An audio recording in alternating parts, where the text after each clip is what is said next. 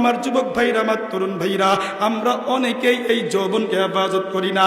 অথচ আল্লাহ পাক রব্বুল আলামিন এই যৌবনকাল দিয়েছেন আমাদেরকে, এত সুন্দর চেহারা দান করেছেন, এত সুন্দর হাত আল্লাহ পাক রব্বুল আলামিন দান করেছেন। আল্লাহ পাক রব্বুল আলামিন আফসোস করে বলতেছেন ফাআইনা তাযহাবুন, ও আমার প্রিয় বান্দা বান্দিরা, তোমরা কোথায় যাচ্ছ? আমি আল্লাহ তোমাদেরকে জান্নাতের দিকে ডাকতে, তোমরা কোথায় যাচ্ছ? আমি আল্লাহ তোমাকে দারুস সালামের দিকে আহ্বান করতে, তোমরা কোথায় যাচ্ছ?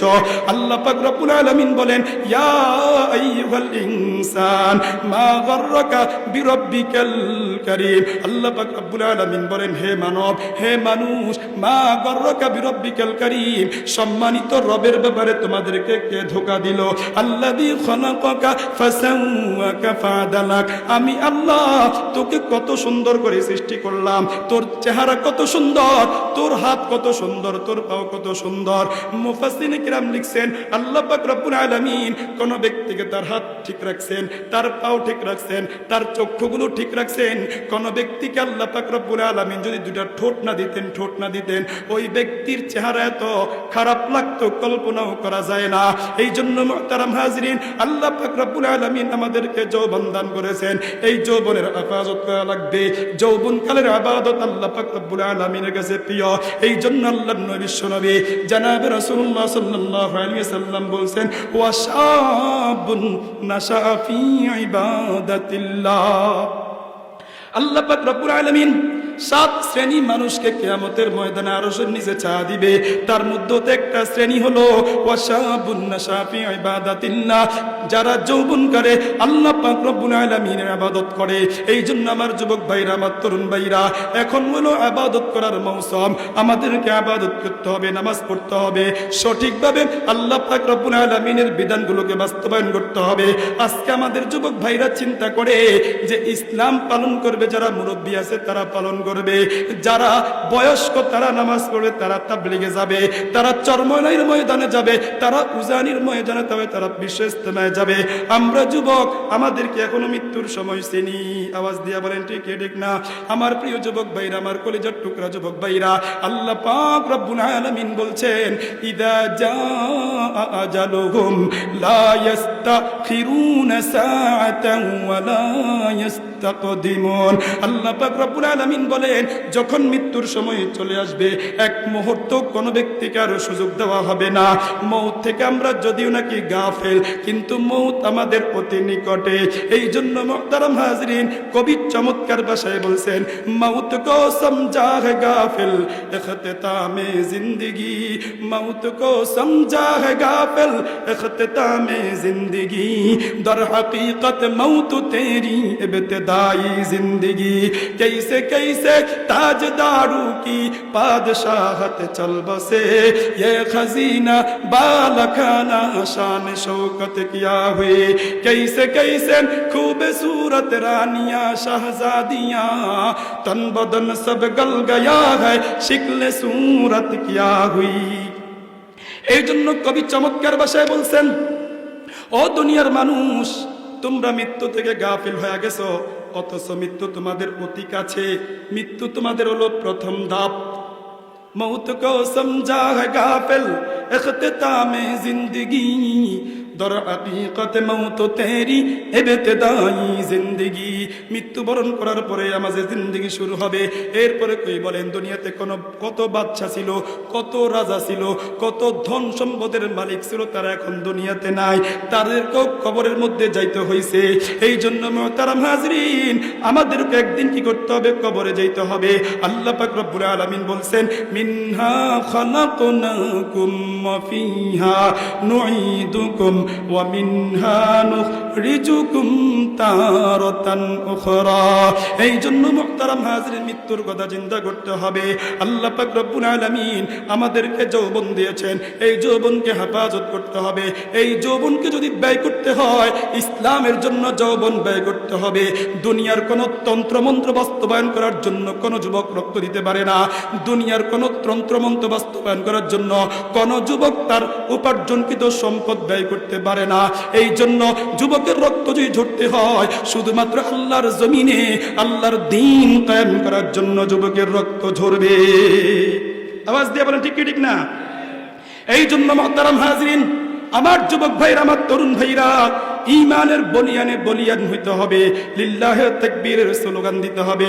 হাম নারায়ে তাকবীর সে দুনিয়া কো হিলা দে, हम नाराए तकबीर से दुनिया को हिला दे, मिल्लत की हिफाजत के लिए जान लड़ा दे, हम खालिद दर्रार की अजमत का निशा है, हम कासिम महमूद की गैरत का बयां है।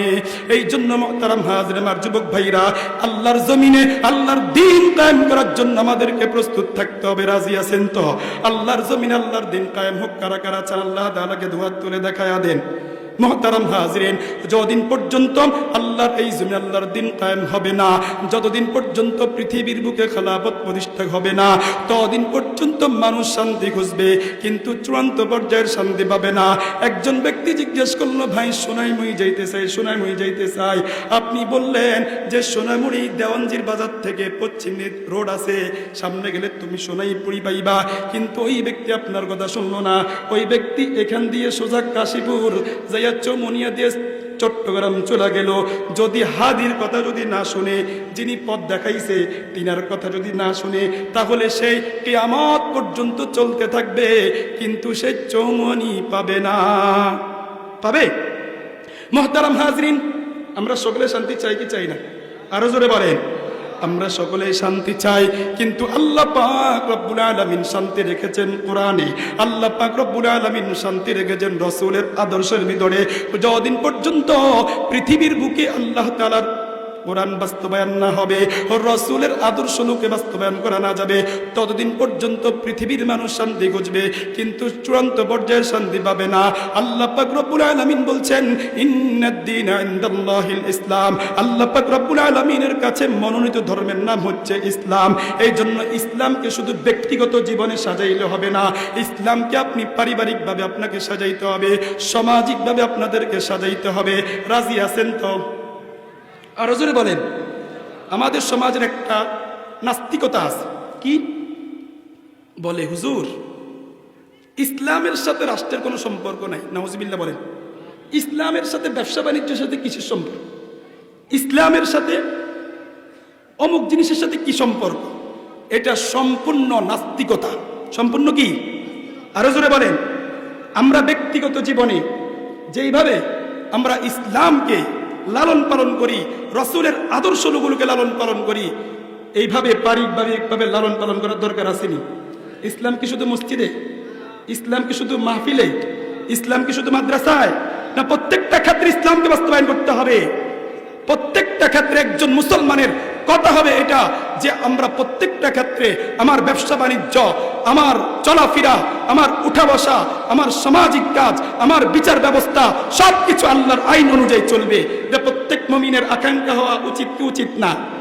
কিন্তু আমরা কি বলি যে ইসলাম থাকবে মসজিদে, ইসলাম থাকবে মাদ্রাসা, ইসলাম থাকবে খানকায়, ইসলাম থাকবে মাহফিলে।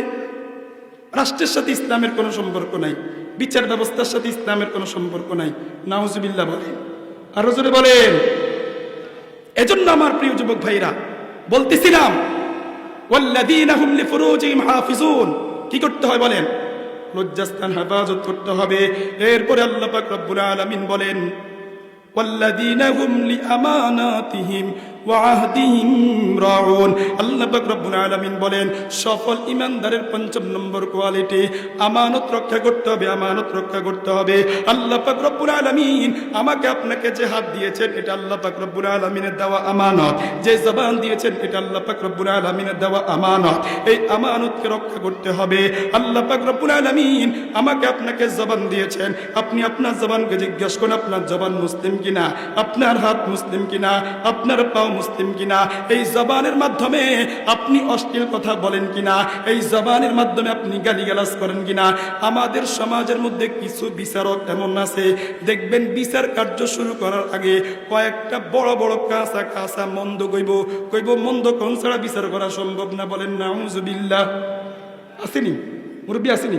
কিছু বিচারক আছে যারা সমাজের নেতা, তারা কয় আগে কিছু মন্দ বলি, তারপরে বিচার শুরু। নাউজুবিল্লাহ বলি। অথচ আমরা কান্নবীর উম্মত, আল্লাহ রসুলের উম্মত। আল্লাহ রসুল হাদিসের মধ্যে আসছে, তিনি কখনো কাউকে গালিগালাজ করেন নাই। অশ্লীল বাক্য আল্লাহ রাসূল কখনো ব্যবহার করেন নাই। আপনি মুসলিম হয়ে, আপনি মুসলমানদের শাসক হয়ে কিভাবে আপনি এই কথা বলেন? লজ্জা থাকা দরকার। কি থাকা দরকার বলেন? লজ্জা থাকা দরকার আসেনি? মুহতারাম হাজরিন, বলতেছিলাম ওয়াল্লাযীনা হুম লিআমানাতিহিম ওয়া আহদিহিম রাউন। সফল ঈমানদারের 5 নম্বর কোয়ালিটি আমানত রক্ষা করতে হবে। সফল ঈমানদারের 6 নম্বর কোয়ালিটি, আল্লাহ পাক রব্বুল আলামিন আমাদেরকে যে সমস্ত হুকুমগুলো পালন করার জন্য বলেছেন, আমরা যে সমস্ত ওয়াদা দিয়েছি ওয়াদাগুলো পালন করতে হবে। কোন মানুষকে আপনি কোন একটা ওয়াদা দিয়েছেন, এই ওয়াদা পালন করতে হবে। 7 নম্বর ওয়াল্লাযীনা হুম আলা সালাওয়াতিহিম ইউহাফিজুন। 5 ওয়াক্ত নামাজ বা জামাত পড়ার জন্য চেষ্টা করতে হবে। তাহলে সফল ঈমানদারের কোয়ালিটি কয়টি? 7টি। আলোচনা 2 পার্ট। প্রথমে আমরা প্রকৃত ঈমানদারের কোয়ালিটি বর্ণনা করছি। তো প্রকৃত ঈমানদারের পরে এখন আমরা সফল ঈমানদার হওয়া লাগবে না? সফল ঈমানদারের কোয়ালিটি কয়টি? 7টি। সফল ঈমানদার 1 নম্বর কোয়ালিটি বিনয়ের সাথে নামাজ পড়া। সফল ঈমানদারের 2 নম্বর কোয়ালিটি অনর্থক কাজকর্ম থেকে নিজেকে বিরত রাখা। সফল ঈমানদারের 3 নম্বর কোয়ালিটি যাকাতের ব্যাপারে সক্রিয় থাকা। সফল ঈমানদারের 4র্থ নম্বর কোয়ালিটি লজ্জাস্থান হেফাজত করা। 5ম নম্বর কোয়ালিটি আমানত রক্ষা করা। আর 6 নম্বর কোয়ালিটি অঙ্গীকার রক্ষা করা। 7 নম্বর কোয়ালিটি 5 ওয়াক্ত নামাজ সময় মতো পড়া। এই 7টি কোয়ালিটি যারা অর্জন করবে, আল্লাহ পাক রব্বুল আলামিন বলেন উলাইকা হুমুল ওয়ারিসুন, এরাই হলো উত্তরাধিকারী। কিসের উত্তরাধিকারী? আল্লাযীনা ইয়ারিসুনাল ফিরদাউসা হুম ফিহা খালিদুন। আল্লাহ পাক রব্বুল আলামিন বলেন এই 7 গুণে গুণী যারা হবে, আল্লাহ পাক রব্বুল আলামিন তাদেরকে জান্নাতুল ফিরদাউসের মালিক বানায়া দিবেন। তাহলে জান্নাতুল ফিরদাউসের মালিক হতে চান তো প্রথমে যে আমরা সফলে ব্যাখ্যা করলাম যে যে ব্যক্তি সফল, ওই ব্যক্তির কোনো চিন্তা নাই, পেরেশান নাই, দুঃখ নাই। এই কথা বলে আল্লাহ পাক সফল ঈমানদারের 7টি কোয়ালিটি বর্ণনা করছেন। এরপর আল্লাহ পাক রব্বুল আলামিন বলেন এই কোয়ালিটিগুলো যারা অর্জন করবে তারাই জান্নাতুল ফিরদাউসের মালিক হবে। আর যখন কোনো ব্যক্তি জান্নাতে ঢুকবে, জান্নাতে ঢুকার পরে আর কোনো চিন্তা নাই, পেরেশানি নাই, দুঃখ নাই, অসুস্থতা নাই, এই হলো পরিপূর্ণ সফল। এই হলো কি ভাই? পরিপূর্ণ সফল। তাহলে আজকের আলোচনার সারমর্ম, প্রকৃতি ঈমানদারের কোয়ালিটি কয়টি? মুখস্থ বলেন কয়টি? না, 5টি। প্রকৃতি ঈমানদারের কোয়ালিটি কয়টি? 5টি। 1 নম্বর তাকওয়া, 2 নম্বর তিলাওয়াত, 3 নম্বর রবের উপর তাওয়াক্কুল, 4 নম্বর নামাজ প্রতিষ্ঠা করা, আর 5 নম্বর আল্লাহর রাস্তায় দান করা। এই কোয়ালিটি অর্জন করলে 3টা পুরস্কার। রবের সামনে, রবের কাছে মর্যাদা বাড়বে। 2 নম্বর রব্বুল আলামিন ক্ষমা করে দিবেন। 3 নম্বর রব্বুল আলামিন সম্মানের রিজিক দিবেন। এরপরে সফল ঈমানদারের কোয়ালিটি 7টি।